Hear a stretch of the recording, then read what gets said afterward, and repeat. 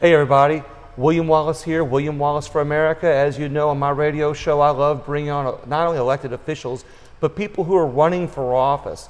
So that way the public can be informed about who's running for office, learn a little bit about them, but also learn about why you should vote for them and make that decision when you do go to the voting booth. The better informed we are, the better our elected officials will be. So please take the time to kind of give this video a watch and share it if you like it. And as always, you can find me not only here in William Wallace for America, but I'm on YouTube, and you can podcast also other episodes. And I always say look at the other episodes because there's other information on all of them. Today, I'm with Dennis Guidry, who's running for Justice of the Peace. And I'm going to let you tell him about himself and his district. Dennis, thank you so much for being on the show today. I really appreciate it. Thank you. Thanks for the invite. Well, Dennis, obviously what we hear is you're running for Justice of the Peace, but still in all, there's still some people that maybe need a little bit more information about it.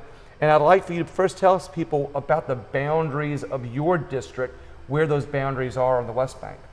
Okay, well, this is the Second Justice Court of Jefferson Parish, which is bounded by the river and the Harvey Canal on the northeast side of the district. It runs south along the Harvey Canal to Crown Point, then west along that area around Crown Point, where I believe there's a bayou or something like that, maybe around the Swamp Tour place. Then west over to the parish line, and then north along the parish line back up to the river in Wagaman, where Wagaman intersects, or at least the river road intersects with the parish line of St. Charles. Then it travels back east to somewhere right around Willswood, and it cuts out an area, follows Willswood down south to the Highway 90 intersection, and then back eastward to probably right around the Highway 90 overpass, and then it travels back up north to along the bridge along Huey Long to the river, and then it takes in 9 Mile Point, Upper Westwego, back over to the intersection of the Harvey Canal and the Mississippi River once again. So it cuts out an area along from the Westwego line to Avondale and over to, it's right around Moscas on Highway 90, that road that cuts out. It's kind of interesting, these districts, how they're created, and that's a story for a whole other time. But when I ask people to do that, it always, other videos that I've done, you hear of all these different districts and how they're cut, Right. And it's important for the people in those areas to know, what district that they're actually in. But I do want to thank, by the way, before I forget, I want to thank Quarter View Restaurant for giving us a place to be able to do this interview on this, and thank them, for letting us be here for a little bit. So obviously you live in the district, because you have to live in the district, although there, you hear stories throughout history of people who don't, but obviously you live in this district. So, can you tell us about growing up in the area? What are your connections to this district? Actually, I grew up in that district in the 9 Mile Point area of the district, Normandy Park, which probably was one of the post-World War II subdivisions on the Westbank. And my parents were kind of a hybrid. My mother was an immigrant from England. My dad was from Westwego, and I'm an adopted child. I have no clue who my bio parents are. Oh, that's interesting. And I grew up in that area along the Huey Long Bridge. There was where Hooter Road is now was a wooded area. So I spent my time crawfishing and hunting in that area of the woods. It occupied my time, and I lost my parents at a young age, and looking for, I guess, some avenue of activity and entertainment, I ended up becoming a part of the fire department.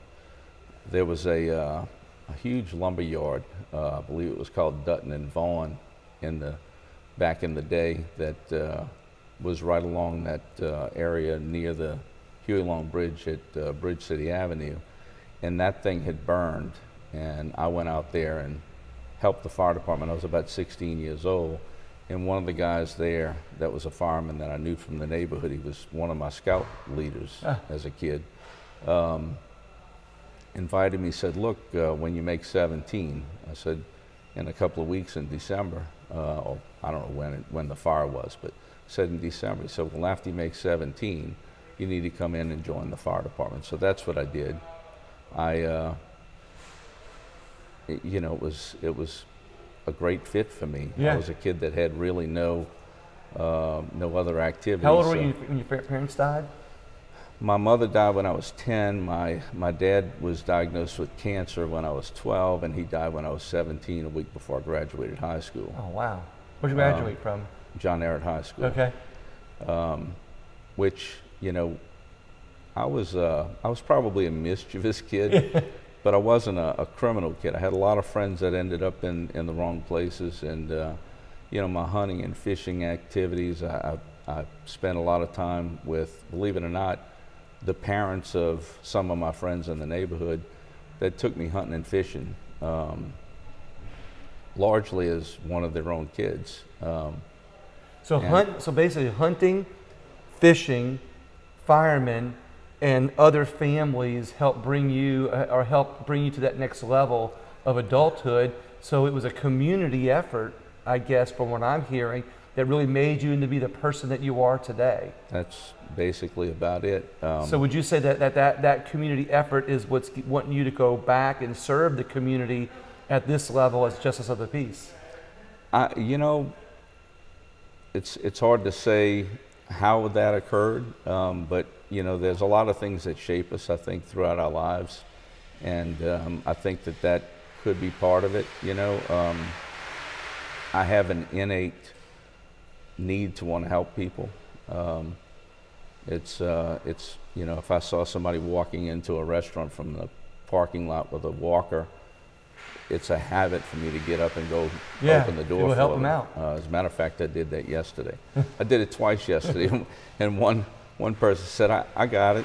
I said, okay, no problem. But I was just saying what I noticed. I noticed that somebody who's grown up with the community helping them, now you say you can't describe it, but it's so inside of you. It sounds like it's a part of you, and that part of you is just wanting to give back, correct. to the community.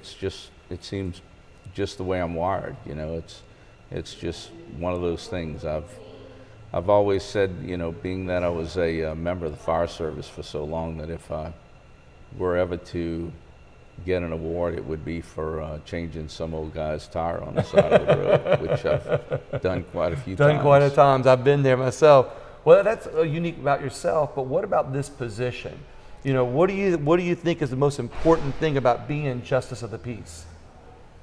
I think Justice of the Peace is basically just that. There are situations that arise that two people that are involved have difficulty figuring out who should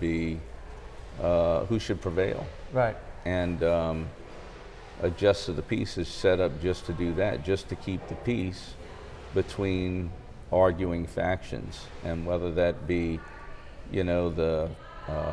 the failure of somebody to provide a service that somebody else has paid for, or a situation where there's a breach of contract. It's a small claim court. It's a layman's court, in my opinion. It's the people's court, and the people shouldn't have to pay exorbitant legal fees to have a small claim heard on their behalf. And that's what I believe the Justice of the Peace Court does.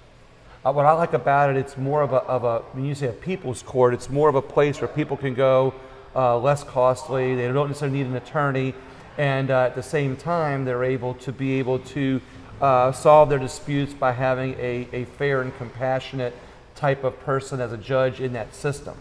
Was that sound about right? I believe that's 100% correct. Do you think that you're that compassionate person? I believe that I am. Look, there's no doubt that I have compassion. I tell stories. When I was a kid, I would eat, breathe, and sleep hunting and fishing.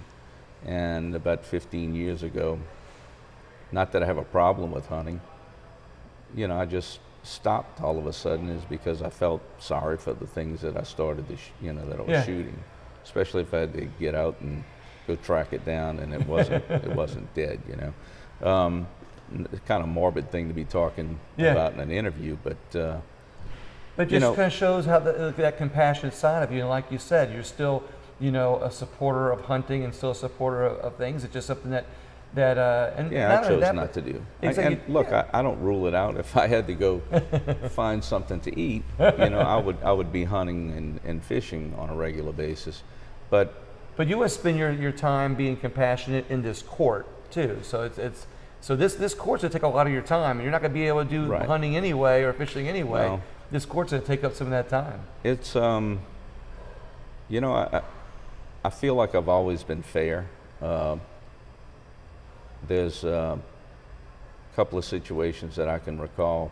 One, when I was playing football as a kid, we'd play street ball. I played rec ball. I played a little bit in high school and ended up getting cut, and then I played semi-pro ball. Yeah. But as a kid playing street ball, if there was a questionable situation where somebody scored a touchdown or something like that, and I had friends that would want to argue, they didn't score, what have you. It's like, look, don't worry about it. We'll just beat them on the other end of the field. Beat them on the other side. It's just my competitive nature, but it wasn't worth arguing. There's always a way to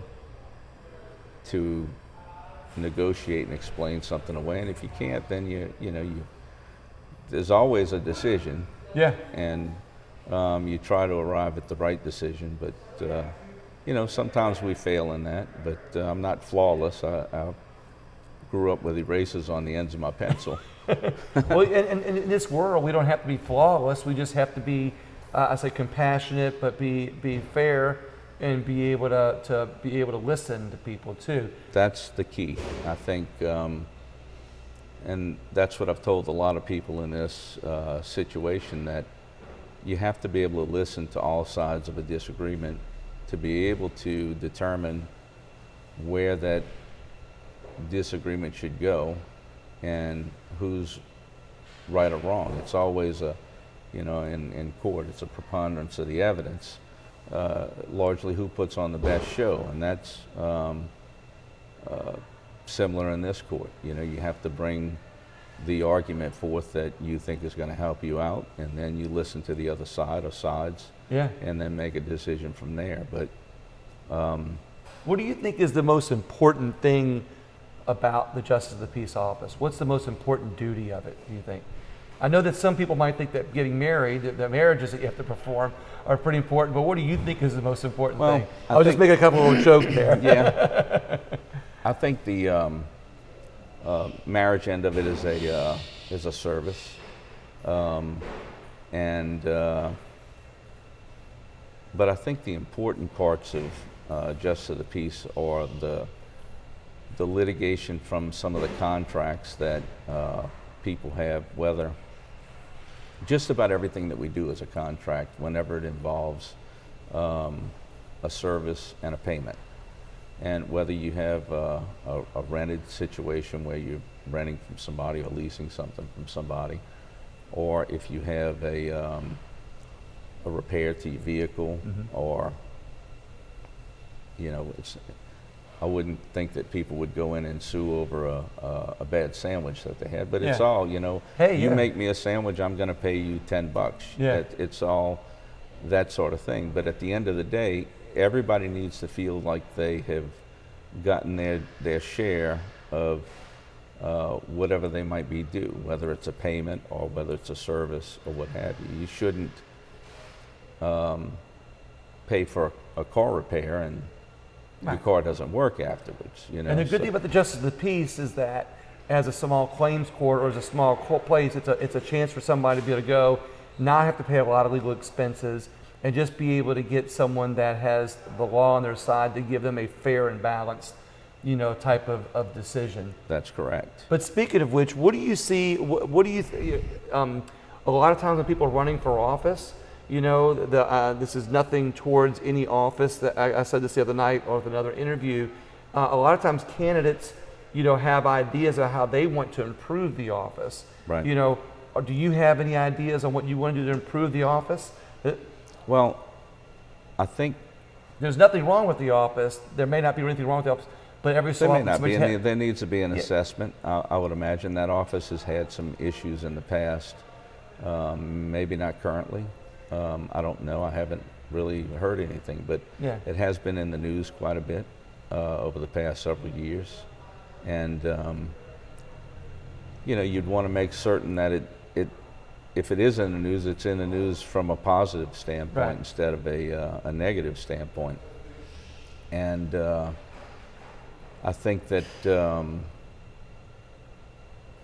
the office has to have some consistency with the other courts in the area. You can't have one court doing something totally different than the others do. And you've got 8 districts in the parish. Out of those 8, they all should be performing pretty similar to each other. So in other words, what I'm hearing is that you want to be able to work with the other courts in such a way where there's not a consistency, not that there isn't consistency, but that you'll commit to being consistent with the other courts and working with them in a way where everybody is kind of, making this better to serve the people in the community. And I guess with other higher courts, because don't sometimes things get kicked to higher courts, correct? They do. In some cases, if if the court fails to remedy your situation, you can appeal to a different court, basically second parish court or even 24th, but typically second parish court. And it in that situation starts a new trial. So you go back through. It's not like an appeal. I think it's an entire new trial. So you put on the whole show once again. It's not just cherry picked. Yeah. But there is a need to, I think, bring some consistency. Everybody in Jefferson Parish, they're all taxpayers, and they all pay for a service, and that service ought to be pretty consistent across the board from one court to the next. How do you see yourself working with other elected officials in your district? How will you work with them? Namely the constable, because I know the Justice of the Peace and the constable work together, but how do you see yourself being able to work with other people, other elected officials? I've done this my entire career. I spent 38 years in the fire service and law enforcement, and there's a myriad of different personalities and different positions and different egos and everything that comes with all of that. Look, I was a fire chief, I had some ego. Yeah. So you have to be able to work with people, but I found that while you can be a hard nose and come in and make people just hold their feet to the fire and hold their nose to the grinding wheel and make them do things that are really unpleasant, or you can try to work with them, because often there are equivalencies in just about anything that code or laws work with and or provide. So if you couldn't do 1, 2, 3, maybe you can do ABC. Right. It's a trade-off. It's whatever there is more palatable to them, or whatever they can afford in some cases. And when it comes to being compassionate, look, I've had situations I was the fire prevention chief for 13 years, and there's a tremendous amount of responsibility that comes with that position with regard to life safety. And I've had situations where you try to prevent mass casualty incidents. Mm-hmm. Nobody wants to have 100 people die in a situation, whether it be from a fire or human crush or something like that. So there's a lot of things that I would come across that I would act on immediately. They were immediate dangers to life and health, what have you, fire safety. So you also run across situations where, for example, we're sitting in a restaurant. These restaurants have to have hood systems and extinguishing systems to keep the kitchen safe and to keep the patrons safe. But, sometimes they don't have their stuff in order. So you have to force them into it in some cases. They don't have the money. They're trying So to you've had situations with being a fireman, your experience as a fireman, and even as a fire chief, having to not only have experience but make important decisions. You've had opportunities in your role as a fireman that you think you can bring to the table as a justice of the peace to be able to help solve problems, help find solutions that it's not always, justice isn't always fair in somebody's opinion, but you've got to do the right thing. So you feel that you can be fair in your decision-making process and find the right decision in a situation. Yeah, I think justice always has to be fair. Right, I said that the wrong way. I'm sorry. Well, I get it. Yeah. Some people, the person who's on the other end might not think it was. Yeah, and I think that in being fair, in a lot of cases, you have to try to be compassionate, and that's what I was getting to with the hood systems. You have a big restaurant. A hood system can cost you $50,000, $100,000 in some cases, but the local mom and pop sandwich shop that does fried shrimp on a Friday still requires a hood system. But if you came out and tried to make them spend that, within 30 days, let's say, or something like that, it would put them out of business in a lot of cases. So, I would work with people. It's like, look, how long do you think it would take to get this squared away? It's like, we could probably get it done in 6 months. I'm like, well, how's a year? As long as they were working towards getting it done. Now, it's tempered with. So my point is in that situation, if something happened, they had an accident, and the place burned as a result, in most cases, you're not going to have a mass casualty because it's smaller scale. But those people may lose their livelihoods. But at the same time, if you told them you got to put a hood system in within 30 days, they're liable to lose their livelihoods anyway. So my point was that they might not think it's fair that they have to put one in, but justice being fair when you're able to help them out, giving them a year.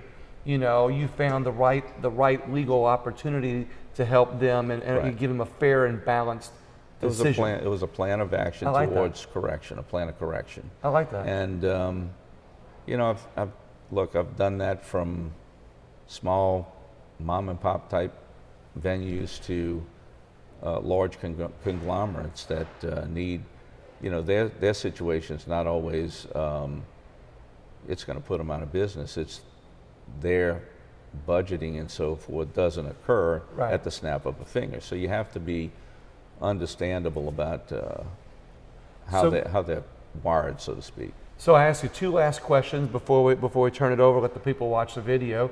One, how do you think you're going to serve the Westbank better? I'll let you answer that question. What makes you the better decision? Once you have the opportunity. Let me clear my throat a little bit here.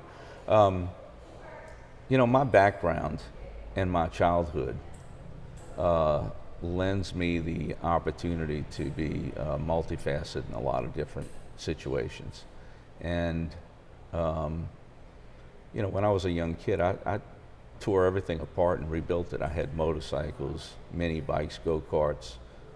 Even when I was driving, if the engine went bad, I'd rebuild it. The transmission went bad, I'd either change it or rebuild that one. So I understand mechanically the things that need to be done in a lot of cases. When I became a fire investigator, I spent 23 years as a fire investigator. That's all about analyzing patterns, burn patterns, and mechanical failures and that sort of thing. Those things all create a sense of paying attention to details. And, we spoke earlier about hunting. And, when you start hunting, you learn about what the deer eat, and you can recognize what they're doing and browsing the tips of new growth and all that sort of thing. So it's what you can perceive in the environment that you're in. And I think that I've been pretty successful through the years, whether it be hunting or whether it be in the fire, I became an expert witness in just about every courtroom in the area from. So you've had courtroom experience too. Absolutely. I am an expert in firefighting, fire investigation, law enforcement, criminal follow-up. Look, I've been through it all. As a matter of fact, I was the expert for the Jefferson Parish Council and Parish President's Office through the parish attorney with regard to their dangerous and dilapidated building condemnation program. So when the usual channels in parish government couldn't get a dangerous building tore down, they would look to us, and typically we would bring it to a hearing, and within 48 hours in most cases it was removed from being a blight on society. Yeah. So. And then not to mention all this time that you've been on the Westbank, serving your community as a fireman and just as a citizen, I guess would probably give you the qualification too. Do you agree with that? Yeah, the Westbank's changing quite a bit. It's expanding, but I've been around from the time, I want to say in early 1980, I spent several days at the Avondale Fire Station going through the neighborhood rescuing people in a flatboat from the flood. I spent time in West Wego along the levees, putting out sandbags during Hurricane Juan, and I maybe Bob or something like that. And I've handled fires everywhere throughout the whole parish, but some in particular. I handled one fire that Henry Lee Lucas claimed that he had caused. It was a double fatality. I handled my first fatality fire was 1033 Carmidale. I still remember it was a yellow brick house with ligustrums outside, but it was a young child that had died in that fire. And I've also handled one that made national headline because it was an apartment where 11 people perished as a result of a fire. They had no electricity and they were using candle for light, and the candle eventually set something on fire. There's a lot of connections I'm seeing, here to not just you being a part of the community, serving as a fireman, but again, we go back to that compassionate side about, having the feelings of knowing what it's like to experience this stuff. But, I do have one last question for you. I want to give you, if you have something to say, please, let me answer. I was just going to say that, I've been around for a long time, whether it more than likely was behind the scenes. Even in Katrina, I worked in throughout Katrina, and after work, the parish had ice stations in different places to give people to pick up ice and so forth. So when I'd finish up, I'd go bring ice I'd start off in the neighborhoods. If I saw somebody on the road or something like that, I'd give them ice. And I'd also go do some of the people in my own neighborhood that I knew were staying. I'd bring them ice. And a friend of mine is the owner of Jefferson Feed and Garden. And I went to them and got samples of dog food because there were a lot of dogs on the street that the owners were gone and they needed something to eat. So I was also feeding the puppies out there, But, it's just, I enjoy being a public servant.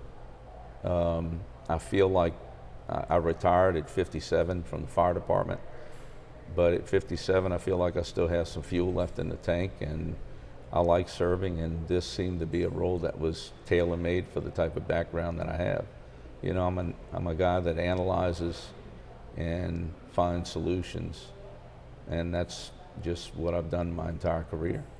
I like that. Thank you very much. I appreciate that. Well, one last time, wins the election, because it's not going to be a popular one. Well, because there's not a president on it. Correct. Wins the election. I want you to give him your name, full name again, and your ballot number. Of course, people remember the name more than that, but I want people to hear it from you, so that way we get one last reminder, and also tell them what endorsement you want. Okay. Well. Ladies and gentlemen, my name is Dennis Guidry. I'm running for Justice of Peace in the 2nd Justice Court of Jefferson Parish.